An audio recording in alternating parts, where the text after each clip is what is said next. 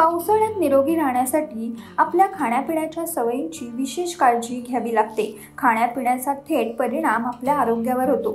या ऋतूत तापमानात सतत बदल सुद्धा होत असतात, त्यामुळे विषाणू, बॅक्टेरिया आणि बुरशीचा कहर वाढतो।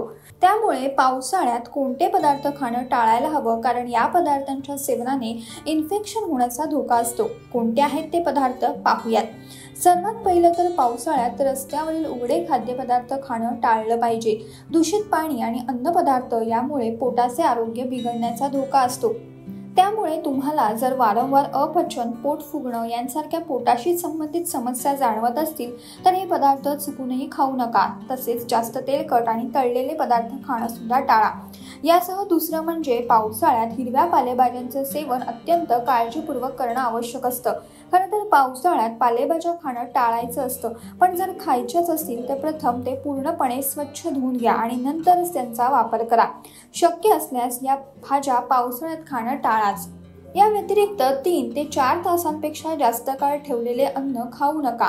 असे अन्न आरोग्यासाठी योग्य नसते। पावसाळ्यात वातावरण दमट असतं, त्यामुळे रोगप्रतिकार शक्ती कमकुवत झालेली असते।